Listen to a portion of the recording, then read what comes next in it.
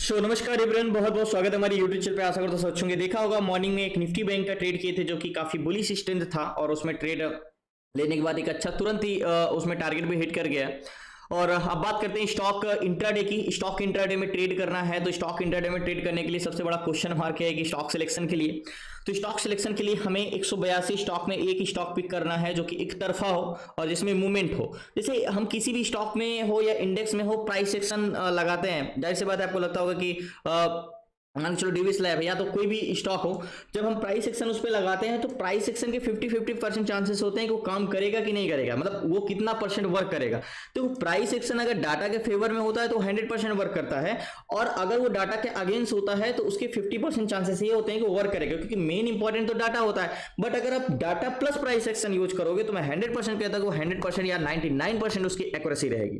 क्यों? क्योंकि डाटा आपका डायरेक्शन बता देता है, स्ट्रेंथ बता देता है। प्राइस सेक्शन एक वे हो जाता है उस पर हमें कब एग्जैक्टली एंट्री करनी है, किस कैंडल्स पे एंट्री करनी है, कहां का स्टॉप लॉस लगाना है, कहां का टारगेट लेना है।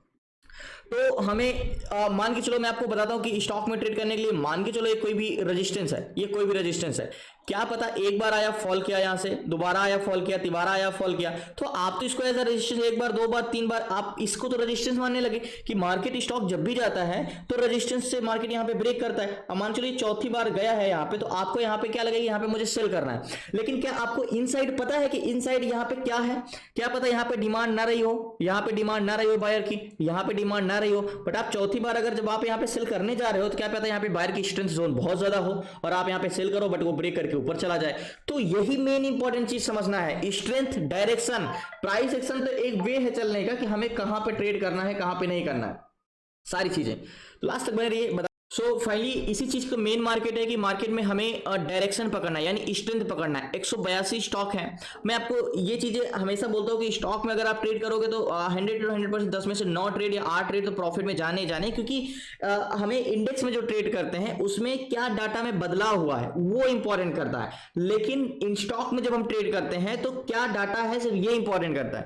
जैसे कोई भी, हम पहले क्या करते हैं, पहले चार्ट देखते हैं उसके बाद, लेकिन मेरा पहला है कि पहले मैं उसका डाटा देखता हूं। चार्ट तो मुझे अपने आप समझ में आता है उसका चार्ट कैसा है, जैसे आरबीएल बैंक है, पीवीआर है, पावर ग्राइड है, ये सारी चीजें। पावर ग्राइड में 6, 5 एंड 3 एंड 7 एंड 17। तो मैंने बोला ना कि पावर ग्राइड जो है वो स्टॉक कैसा है। अब मैं आपको बता दूं, अभी मैंने इसका चार्ट नहीं लगाया, बट इसकी ये क्या है, जैसे मैंने आपको 3 तरीके के स्टॉक बताते हैं। पहला कौन सा बताया है, जिसमें कंटिन्यू स्मूथली बाइंग आए, स्मूथली सेलिंग आए। दूसरा मैंने कौन सा बताया, जो स्मूथली बाइंग तो आता है लेकिन रिवर्सल कर जाता है। तीसरा जो मैं आपको बताता हूं ना कि मार्केट जाना तो ऊपर जाता है लेकिन उसको काफी कंसोलिडेशन ऐसे ऐसे करना पड़ेगा, काफी ज्यादा ऐसे। आपको चार्ट तो ऊपर जाते हुए दिखेगा लेकिन उसको काफी मशक्कत करना पड़ेगा। तो पावर ग्राइड कुछ ऐसे ही है कि रेंगते हुए ऊपर जाएगा, कंसोलिडेशन करेगा, या तो कंसोलिडेशन करेगा या तो ऊपर जाएगा, कुछ इस टाइप से। यहां पे आपको ये 5 मिनट टाइम फ्रेम में दिख रहा है, ये काफी इसको क्या करना पड़ रहा है। देखो अगर मैं आपको ये चार्ट में दिखाऊं तो आपको अभी लग रहा है कि इसको कितना कंसोलिडेशन, मतलब मशक्कत करना पड़ रहा है, जबरदस्ती ऊपर जाना चाह रहा है। देखो खुला ऊपर, नीचे आया, ऊपर गया, नीचे आया, ऊपर गया, फिर ये, फिर ये, फिर ऐसे ऐसे ऐसे।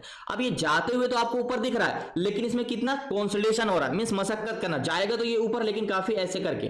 तो ये चीजें मैंने चार्ट बाद में देखा, लेकिन 1 मिनट में डाटा देख के आपको पता चल गया कि ये स्टॉक कैसा मूवमेंट करने वाला है। तो यही चीजें कहता हूं, अब मैं इस पे ट्रेड लूंगा तो मुझे इस पे अगर मार्केट लो को टेस्ट करने भी आएगा तो मुझे डर नहीं लगेगा, क्योंकि मुझे पता है कि इसका स्ट्रेंथ तो बुलिश ही है, बट ये सेलर की वजह से मार्केट ऊपर जाने को इसको मशक्कत करना पड़ेगा। तो ऑप्शन चेन में चलते हैं। जैसे मुझे 182 स्टॉक में एक स्टॉक ऐसा पिक करना है जो 182 स्टॉक में सबसे बेस्ट हो, सबसे टॉप पे हो, सबसे ज्यादा जिसकी स्ट्रेंथ हो। तो अब हम 182 स्टॉक में जब तक हम एक स्टॉक को जिसकी स्ट्रेंथ सबसे ज्यादा, मतलब सबका डाटा जब तक देखेंगे नहीं तो हम कैसे डिसाइड करते हैं कि यही बेस्ट है। तो सबसे पहले हमें स्टॉक ऑप्शन चैन में चलना होगा, जिसमें से हमें ढूंढना होगा कि सबसे बेस्ट स्टॉक कौन सा है। अगर हम देखें तो पहला तो हमारा कोरोमंडल है, जिसका स्ट्रेंथ है, अगर हम इस पे लास्ट तक बने रहिए, एमसीएक्स भी है। तो मुझे 182 स्टॉक में है and change in CPR and PCR and changes देखना है हमें। तो एक स्टॉक में पिक करता हूं, इस पे लास्ट तक बने रहिए।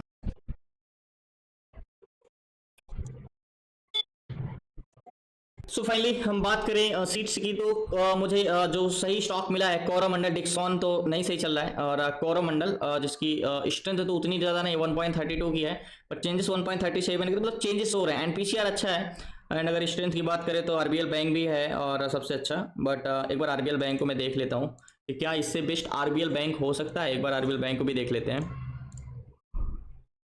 हार्बियर बैंक ठीक है, बट वो मुझे पहली बात तो 210 रुपए का प्रीमियम है इसका, और इतने छोटे प्रीमियम वाले शॉक में करता नहीं हूँ, क्योंकि इसमें फिर सही से प्राइस एक्शन काम नहीं करता।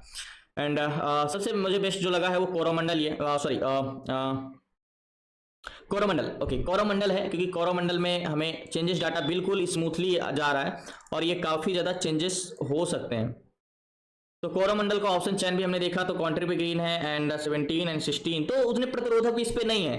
तो मुझे सबसे बेस्ट कोई लग रहा है तो यही है। तो कोरोमंडल में अगर ट्रेड लेना है तो सबसे पहले इसको वन डे टाइम फ्रेम में लगाना होगा। तो वन डे टाइम फ्रेम में लगाएंगे तो हमारा हॉरिजॉन्टल जोन क्या आएगा, हॉरिजॉन्टल जोन हमारा या तो ऊपर का आएगा या तो ये आएगा। तो हॉरिजॉन्टल जोन हम ये ले सकते हैं। अब ये हॉरिजॉन्टल जोन बेस्ट है, इसके नीचे भी आ सकता है, यहाँ तक भी, लेकिन ये हॉरिजॉन्टल जोन मैंने क्यों ड्रॉ किया, क्योंकि एक कैंडल्स का बॉडी ये है एंड दूसरी कैंडल्स का बॉडी ये है। तो दो कैंडल्स का बॉडी एक लाइन पे आती है तो वो स्ट्रॉन्ग हॉरिजॉन्टल जोन होता है, तो उसे हम स्ट्रॉन्ग मानते हैं। तो इसको 5 मिनट हमने एक हॉरिजॉन्टल जोन तो ढूंढ लिया। मैंने इसको क्यों इसको ड्रॉ किया, ये आपको रीजन पता होगा, पहला कैंडल्स एंड दूसरा कैंडल्स, और 5 मिनट टाइम फ्रेम में लगाएंगे। तो 5 मिनट टाइम फ्रेम में लगाने के बाद तो मार्केट इस हॉरिजॉन्टल जोन को ब्रेक भी किया है, रिटेस्ट भी करना है आ रहा है। तो एक बार गैन कैलकुलेटर ओपन करना होगा कि गैन कैलकुलेटर में हमें एग्जैक्टली एंट्री कहाँ पे हो सकती है।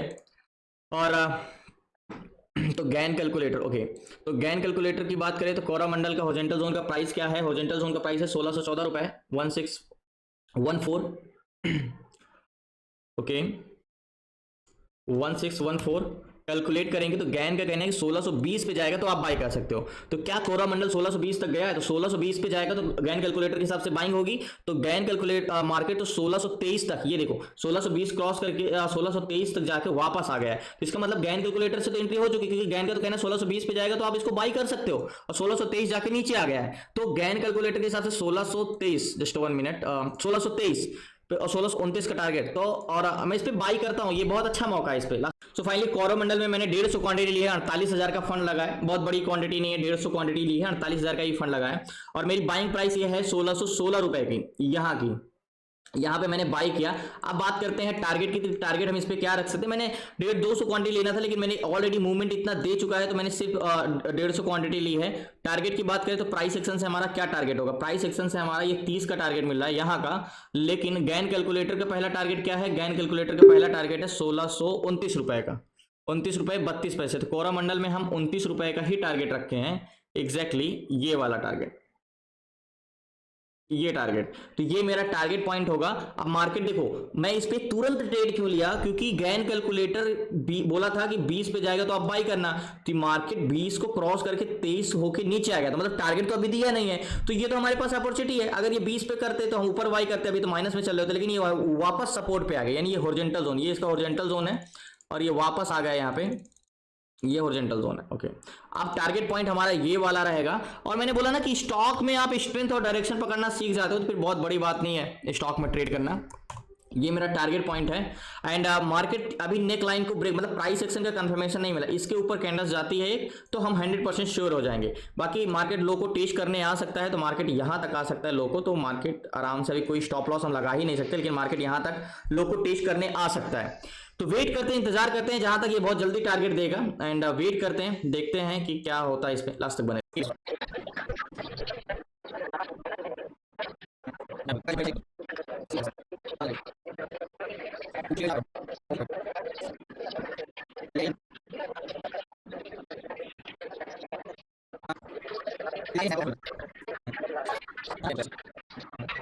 सो फाइनली जो हमने ट्रेड लिया है, अभी लास्ट हाई 24 तक 26 तक होके आया है, और टारगेट हमारा 29 का, यानी मात्र 3 पॉइंट से टारगेट रह के आया है, और इतना जल्दी जाके वापस आ गया। तो फिर वहां पे कुछ सोचते इससे पहले वो मार्केट नीचे आ गया। बाकी जाएगा मार्केट, मैंने क्या बोला था, ये एक नेक लाइन है, एज अ नेक लाइन, इसके ऊपर कैंडल्स क्लोज दे देगा, वैसे ये वाली तो देगा नहीं, बट इसके ऊपर कैंडल्स क्लोज दे देते तो बहुत अच्छा प्रॉफिट, मतलब स्ट्रेंथ आ जाएगी। बाकी ये देगा टारगेट, इतना तो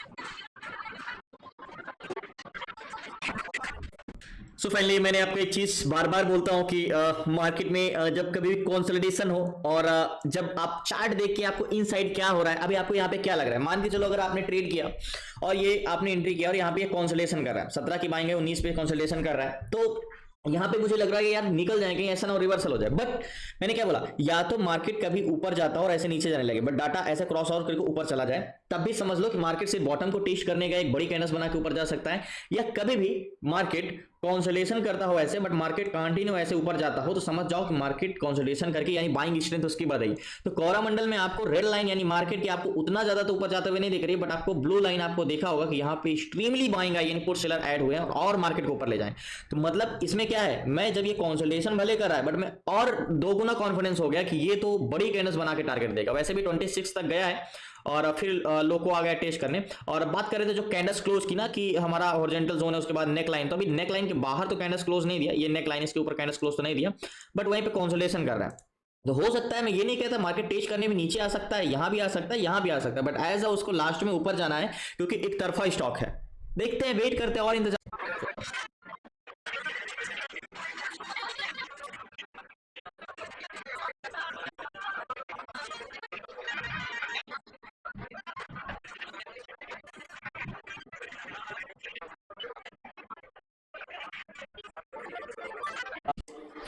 सो फाइनली मैंने बोला था ना शायद ये नीचे टेस्ट करने आ सकता है, तो मार्केट इस जोन तक जा सकता है, तो मार्केट लेकिन रिवर्सल करेगा जल्दी। 1612 1613 अभी तो हम 5 रुपए माइनस चल रहे हैं 4 रुपए तक, और बाकी कंसोलिडेशन कर रहा है मार्केट। वेट करते हैं, देखते हैं कितना देर इंतजार करना पड़ेगा। और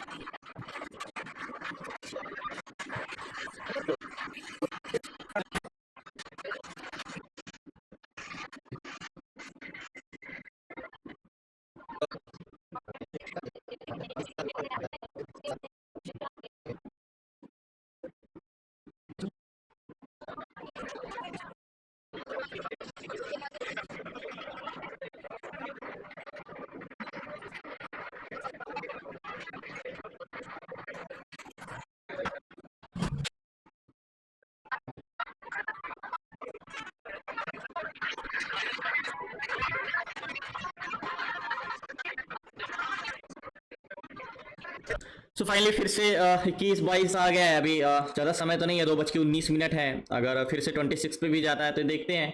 अभी तो 2:19 है और काफ़ी मशक्कत करा हमने यहाँ पे बाय किया। यहाँ पे तो अच्छा दे रहा था उस समय पर प्रॉफिट, बट निकले नहीं क्योंकि वो निकलने का मौका ही नहीं मिला। वेट करते ही मार्केट बॉटम में आ गया। देखो यहाँ की जो स्ट्रेंथ थी इससे डबल स्ट्रेंथ अब यहाँ पे है, तो मतलब अगर एक बार ब्रेक किया तो यहाँ तक गया। तो मैंने आपको चीज क्लासेस में बताया कि अगर एक बार ब्रेक करके ऊपर जाता है तो उसकी स्ट्रेंथ बढ़ जाती है, बट अगर वो दोबारा बॉटम को टेस्ट करता है तो उसकी स्ट्रेंथ और बढ़ जाती है। तो यहाँ पे इसकी स्ट्रेंथ और बढ़ गई है। तो 21 चल रहा है, 8 पॉइंट जाना कोई बड़ी बात नहीं है, 7 पॉइंट 8 पॉइंट एक कैंडल्स में भी जा सकता है, बट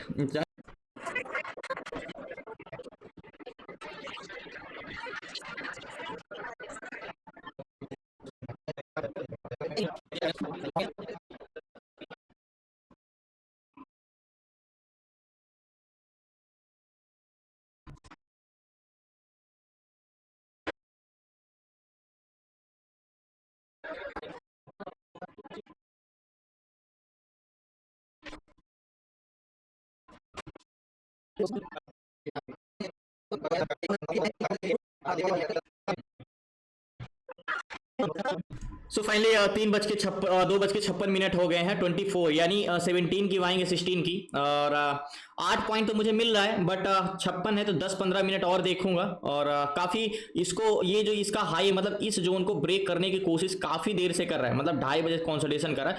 हो सकता है लास्ट टाइम में एक मूवमेंट आए जो कि ऊपर जाए। बाकी 24-25 चल रहा है और प्रॉफिट में है हम, क्योंकि बाइंग हमारी यहाँ पे हुई थी 16 के आसपास इस जोन पे।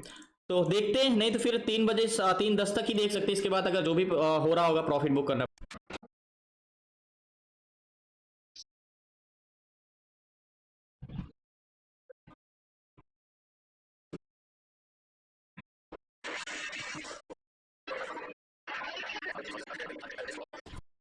सो फाइनली अभी ज़्यादा समय है नहीं और 23-24 चल रहा है, तो मैं यहाँ पे पोजीशन स्क्वायर ऑफ करता हूँ, 25 पॉइंट तक गया था एंड 2-3 मिनट और रुक जाता हूँ। अगर ये 24 या 25 पे जाते तो पोजीशन में स्क्वायर ऑफ करता हूँ। अभी 3-8 है तो 3-15 तक रुक सकते हैं हम, तो 7-5 मिनट और बचे हैं मान के चलो, कह सकते हो। तो देखते हैं।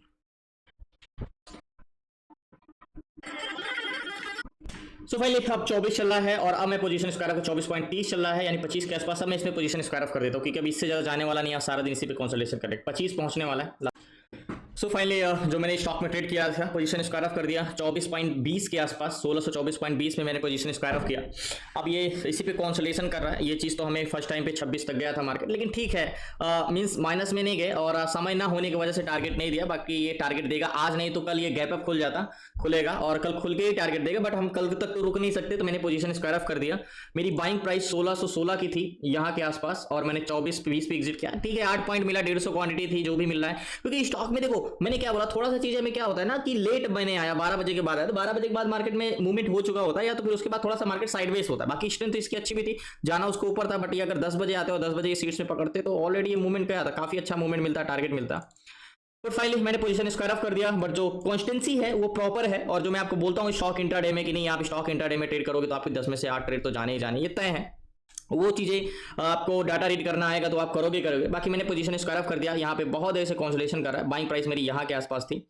बाकी धन्यवाद आपका, शुक्रिया एंड लास्ट तक बने रहने के लिए धन्यवाद आपका। और कल मिलते हैं न्यू ट्रेड न्यू शेयर के साथ। और मैंने आपको एक चीज बार बार बोलता हूँ कि देखो, स्टॉक में ट्रेड करना थोड़ा सा ईजी है कंपैरिजन टू बैंक निफ्टी, क्योंकि बैंक निफ्टी में हमें चेंजेस डाटा पकड़ने होते हैं और स्टॉक में चेंजेस डाटा नहीं पकड़ना।